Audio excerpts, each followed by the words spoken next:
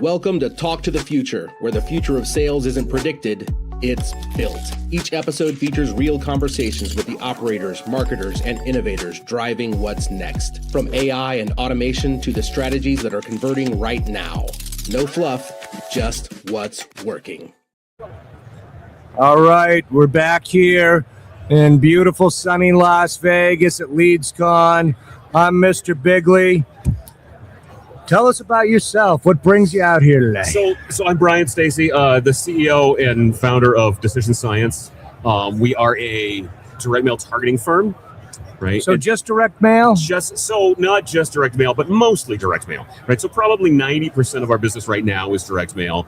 We do some email targeting. We're always looking at other verticals and other channels that we can target for, right? So define, what do you mean by targeting? I don't understand. So what am I trying to target and why? So let me tell you who we're not, right? And then I'll tell you what targeting is. We're not a data company and we're not a direct mail fulfillment company. I don't print mail. I do design mail, but I don't print mail, and I don't have the source data upon which all this is. And you don't actually mail it. And I don't actually mail it. And you're not a data company. So what I do is I take the data from, say, a credit bureau, right? Let's say we're targeting for a consolidation loan. I get the data from a credit bureau. I have models that are built on that data and years and millions of records of past performance that tell me what consumer is going to respond. And not just what consumer is going to respond, but the probability that you're going to respond, the probability that these people walking past are going to respond, right? From that, I can go to my client and say, hey, look, what are you looking for a response rate?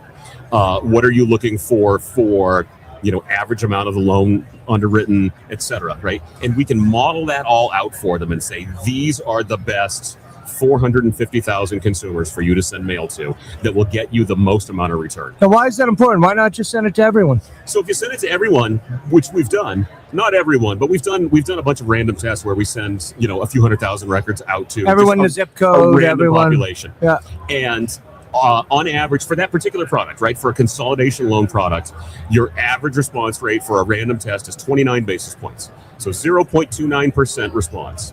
And if you can make 0.29% response work for you and you can make money doing that, then bully for you, right? Go for it.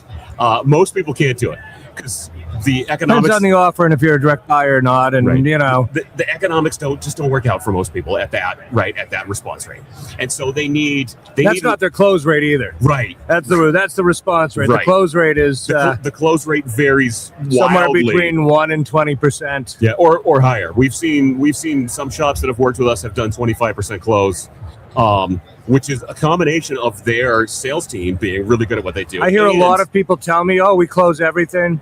I don't see people closing everything. Nobody closes everything. I don't see people. We close half of the deals that come by. I don't see people closing half the deals. Yeah. But we can help with that too, right? So not only can we get them in the door with response, but we have conversion propensity models that help, right? So if you're closing 10%. Just the way you are now, and you layer in our model, we might be able to get that up to 15%, right? We're not gonna change. So your the model world. helps with close rate because the people have so much more of a propensity to buy, right? So it doesn't just help with the initial conversion. So if I'm starting at a 0.29, what do I get if I use your product?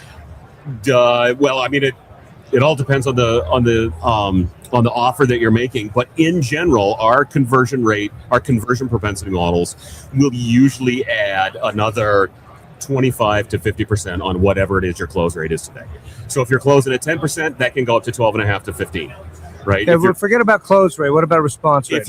If your response rate, you start at 0.29, right? Yep. 29 basis points, nothing.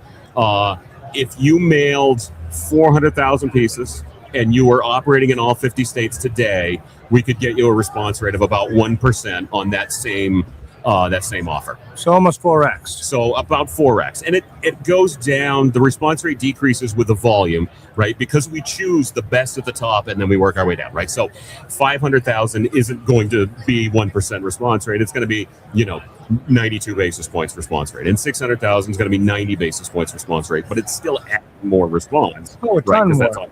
And so that's part of what differentiates us from some of our competitors is that we work with our clients to figure out what that number is, right? So if at 1% response rate and a 10% close rate, right? What's the economics for you? How many pieces can we mail and make that work, right? Where's the trade-off between volume, response, conversion, and size of loan written in this case, right? That gets you to the most profitability, and how can we get you there? What sub-segments or industries are your strongest? So we do a ton of financial services, obviously, right? I'm talking financial we do a ton of financial services right off the cuff here. We do some mortgage stuff. We're actively building out models to replace the trigger leads that no longer exist. Do they no longer exist, or they only go to the big?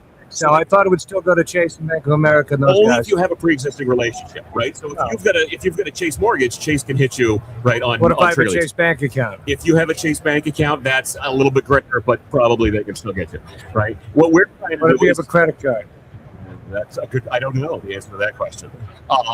But what we're trying to do is, so it's only for the big banks. Yeah, anymore, we're trying to replace those trigger leads with a modeled behavioral thing, right? That says, look, this consumer, based on their other behaviors, is likely going to be in market. How are you triggering that? How do you know? What do you look at? So what's the behavior? Like, this is just fascinating to me. What's the behavior that actually tells you this guy's about to buy a mortgage in 6 months? I don't know. And that's right. The horrible thing about what do you all mean of this you don't know? Is that our models are built on thousands of variables, and those thousands of variables interact with each other in millions of ways, right? And those millions of interactions exist on multiple different tree-based models. And so by the time we get to something that works and gives us probabilities, we're at 10 million decision points, right? That tell us that, hey, if you have recently changed the brand of lunch meat that you consume, and right, you're now a new subscriber to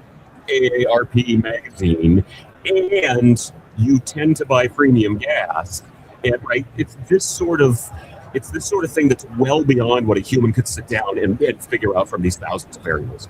And so that's why we have a giant room full of computers, right, to model these things out and say, look, there are interactions between all of these terms that tell us pieces of information that we would never figure out on our own. What's the tech they use to model this? How did you go about making this model? So we build our models in a variety of different ways, depending upon what we're trying to solve for, right? And you built these models yourself? Yes, me and the data science team, but they all go through me at some point. Let's hear it. No model goes into production. How this actually works. That doesn't have the Brian I want the secret sauce. So you're not the guy. It starts with performance, right? It starts with somebody that comes to us and says, I want to target for plushies. I'm looking at your plushies that you're giving away here at the booth, right? I want to target for consumers that want to buy plushies. And we've done 1 million pieces of mail in the past, and we have the performance on that, right? Whether or not they responded, whether or not they bought plushies. I take that data, get historic data extracted, appended to it through one of our data providers or multiple of our data providers. And that can be anywhere from, a few hundred to a few thousand variables, depending upon what the product is and where I think it's going to land that's appropriate. All of that data gets ingested, lands in our model building data warehouse, which is different than our enterprise data warehouse. From there, the data science team and I start going through it, combing through the data, if it's stuff that we know, then we start building out engineered features, which are things that we know in the past have been predictive of various behaviors. So it might turn out that, right, your lunch meat switching propensity, we'll stick with this one because I love that one, divided by the number of magazines that you're subscribed to is telling of something, right? And so we build those engineered features, and then we take all of this raw data and we feed it into the model building machines, where we use a handful of different algorithms depending upon what we're trying to predict. So in this case, for response, it's a classification problem. You either respond or you don't, right? You're either a 1 or a 0. What type of algorithms are these? So for this one, we start with tree-based algorithms, like a gradient boosted tree or extreme gradient boosted tree. We'll do random forests. We'll do a bunch of tree-based algorithms. We also tend to do a logistic regression as sort of a baseline. Logit is okay if the data domain space is not very confusing, is not very wide. When you get very wide data, Logit doesn't do very well, but it's a good sort of baseline. It's a sanity check on whether or not the problem's even tractable, right? And then we'll usually do a couple of, what I call the weird ones on top of that. We'll do some neural networks, some feed-forward neural networks. Really? We might look at a support vector machine, or my team will look at a support vector machine, and I'll tell them, don't waste your time. I've been doing this too long, and I know that you're never going to find the hyperplane that can differentiate between responders and non-responders in a support vector machine. And I hope I'm not getting too in the weeds for your viewers. I assume that there's 2 or 3 people watching that actually understand the words that you're using. And they're going, yeah, support vector machines. I hate them too. But then so we build from there. It's candidate models, right? It's which of these algorithms can build a model that's sort of predictive, and then which ones are worth the time to optimize. Right, okay. And then we'll do feature selection. We'll narrow down the features to a reasonable number, and then we'll do hyperparameter tuning to improve the results of the model. And then we just sort of horse race them. So what you're telling us is this is pretty easy, and anyone can just set this up. So the first book that I wrote, Direct Mail Targeting, a manual for financial services, which is available on Amazon or at my booth if you want to come over and get a copy. I'll sign you a copy. I wrote that first book as a how-to to explain how it is that you would build out this functionality in-house, right? If you wanted to have a team that does what my team does, there's a bunch of stuff you need to know and a bunch of people you need to hire and a bunch of equipment that you need, and a lot of people don't know what that is. And so I said, well, I'll write a book, right? And it turns out that everyone I've spoken to who's read the book afterwards gets to some point in the book and they call me and they go, I can't do this. Why don't I just hire you? I go, well, I like that, right? I would prefer that you bought the book and I made that money, and then you come to me and I continue to sell. But really, it was, look, this is a very difficult problem to solve. It's a very specific skill set that my team has. That's how I feel about AI calls. When someone's like, I'm just going to spin up the AI calls, right. And my response is always, hey, I wish you the best of luck. Good luck. Good luck. I hope it goes really well. Yep. Why don't we just touch base in 6 months and check in? How it went. We had that same conversation with a lot of people that say, I'm just going to target the kind of people that I want to call me, right? And they will respond. And we say, okay, fantastic. Call us in 3 months when that fails, and we're here for you. Yeah. Right? Because it doesn't work. The person that you want to respond isn't the person who's going to respond. Fail. Just let's check in and see how it goes. I'm a little nicer about it. Right. It might work. Every once in a while I tell them, let me just be honest with you. You don't have a fucking chance in hell of making this happen. Which, I've had that conversation as well. Yep. But, you're a 2-man shop that's trying to do this with no technical knowledge. Like, you just can't. Like, right. The big guys, as we talk all the time, look, there's no chance that Chase is going to call me tomorrow and say, we want to use your direct mail targeting models, because Chase has the function in-house. No, you're just doing direct mail, though. Is like, so what if someone takes your data? I can't feed this into a digital ad platform. I can't use this for Facebook targeting. I can't use this for... We are always expanding. Google or native or... Yeah, we're always expanding, not just the verticals, right? Not just financial and home services and auto warranty and right, the verticals we're doing, but also the channels by which these models work in, right? So we started with direct mail, and that's still our bread and butter. We do most of our business in direct mail, but we do a bunch of business in email targeting. We have clients that are asking us to do outbound phone targeting, which is a problem, as we were talking earlier about TCPA opt-in. And so that's why the way around that is you take your targeting data and then you start feeding it into these other systems. And you say, and this is my custom audience. Yeah. And then you send them to a lander and you get an inbound call. You have them do a form fill from that lander. Right. So we're always looking for new verticals. And we have models for email. We have models for social. We have, right. But I tend to talk about direct mail because direct mail is where most of our business is, and I think it's for 2 reasons. One, it's because it's how we formed the company and it's where we started and what we built. I always thought direct mail was dead. I always thought direct mail can't work anymore. This is the other reason that I talk about direct mail all the time, because listen, for every guy like you that says direct mail is dead, right? That's one less piece of mail that's in a mailbox. Well, I thought until I started coming to these things and I started talking to people and clients. Mail, I have clients that say we're almost 100% direct mail for getting in. We have clients that are 100% direct mail. That's all they do is direct mail. And we love it because we're helping them and they're happy with direct mail. And I was talking to a guy and he said, I thought direct mail was dead. And I said, yes.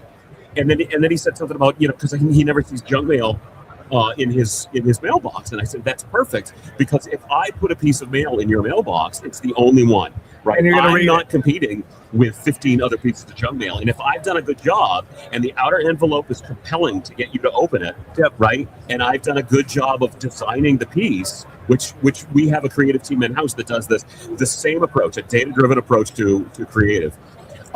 If we do a good job at that, then right, it's the only one. We're competing with nobody. I literally thought direct mail was dead, but the guys I know who do this, they swear to God they're killing it on direct mail. The economics in of a direct bunch mail. of different spaces. Yeah. The economics isn't quite as good as it used to be, right? I mean, postal rates are going up. The cost of paper is See, going the up. economics of email as everything. good as it used to be? Or The how about economics of Facebook? How everything. about Google? Yeah. How about, Right. pick one. Which Right. one have the economics not gotten worse on? Right. I think direct mail has gotten worse a little bit faster than some of the other ones, for a variety of reasons. The postal rates are Postal hurting. rates are killing, right? Are killing us. But right, and that's where we come in, right? So we look at it as, look, if our targeting can get you to the point where those postal rate increases don't matter because you're getting responses to make up for it, right? And if your conversion rates are driving you over the edge, you're making enough money to pay for the increase in the cost of production, the increase in the cost of postage, the increase in the cost of ink, for crying out loud. It's a no-brainer. I mean, Yeah. if you can bring someone from 0.3 to 1, To one and change. right? If you're Right. increasing it 3-4 times, Yeah. that's the difference between a failed campaign and a successful campaign. And if you're doing a lot of home service type stuff or Yep. financial service stuff, Yep. I do those too because they're big ticket and it works Right. well for calls Right. because they're big ticket items. And if we can drive you from 30 basis points to 1% and change, then we've got a client for a long time, right? Yeah. And so us providing a good service to our clients lets them put more mail Oh, in the just a mailbox. no-brainer if that It's- works. It's everybody's happy. It's I got to say, I appreciate you coming on here. This was a fun conversation, a little different conversation.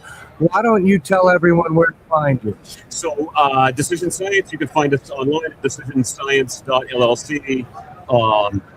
.llc, not .com. .llc. So the .com, or somebody already had that when I went to get decisionscience.com. See, that's why we're bigly. Yeah. Because I was Nobody looking else- for big sales, giant sales, huge sales. Nobody else had it, and you wound up with.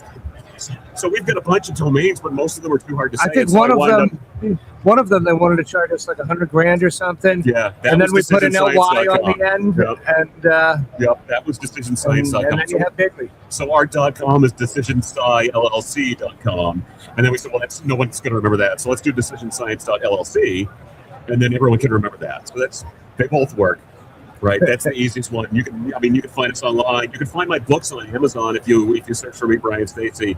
All three of my books are on Amazon. All three of them are about direct mail. Only 3. Only 3. I know. Well, no, the third one's the history of AI. So the first two are about direct mail targeting for financial services. The second one is the psychology of direct mail response, where I The talk history, about they've been talking color about and- AI. This has been literally since the 30s and 40s. before that. So it was 1878, I believe, when ordinary least squared first defined, right? And I was thinking of Alan least squares- Turing and but it's long before that, right? But as soon as OLS was defined as a problem, people said, well, wait a minute. If I use ordinary least squares as a method to find a linear relationship, now you've got linear regression. And so that's it. That's the very beginning of us saying, I want the math to predict the future or predict outside of what the data that I have. and then DARPA was working on this forever, and they just couldn't make it work. Yeah. So that's the first couple of chapters of my book. Start with OLS, into regression. I talk about linear programming and how solving for optimization problems in the 50s, right? You combine all these things together, the logistic regression from the 40s, that from the 50s, and it leads right up to today, where we've sort of said AI is a thing, and I think a lot of us are using the term incorrectly. A lot of us are using terms describing specific domain-specific AI and think about it as a general AI. And you see this every time anybody asks ChatGPT to answer a math problem. right? It wasn't trained on math. It was trained on words, right? ChatGPT is just trying to find the best next word. That's all it's trying to do. A lot better at math now. Right? It has, but it's still not great at math, right? And that's we tell our clients, potential clients, that a lot when they say, I'm just going to use the AI thing to do this, and I go, again, right? You know what it's really bad at? Time. Yeah. Time. It's terrible at time. It's because what's time but math, right? And it's not great at math. We're great at math. We understand the part of AI that solves the math problem, and the math problem for us is either predicting a discrete number or a continuous number, right? It's either classification or a regression problem where I'm trying to predict a dollar amount for something, and you just can't use a large language model for that. You just can't. But you can write a book about it, and I did. Hey, pleasure. Thank you so much for coming on, man. Very nice, very nice. Thanks for having me. Thanks for tuning in to Talk to the Future, where the future of sales isn't predicted, it's built. If you got value from this episode, make sure to subscribe, share it with your team, and stay connected for more conversations with the people driving what's next. Because what's working tomorrow is already being built today.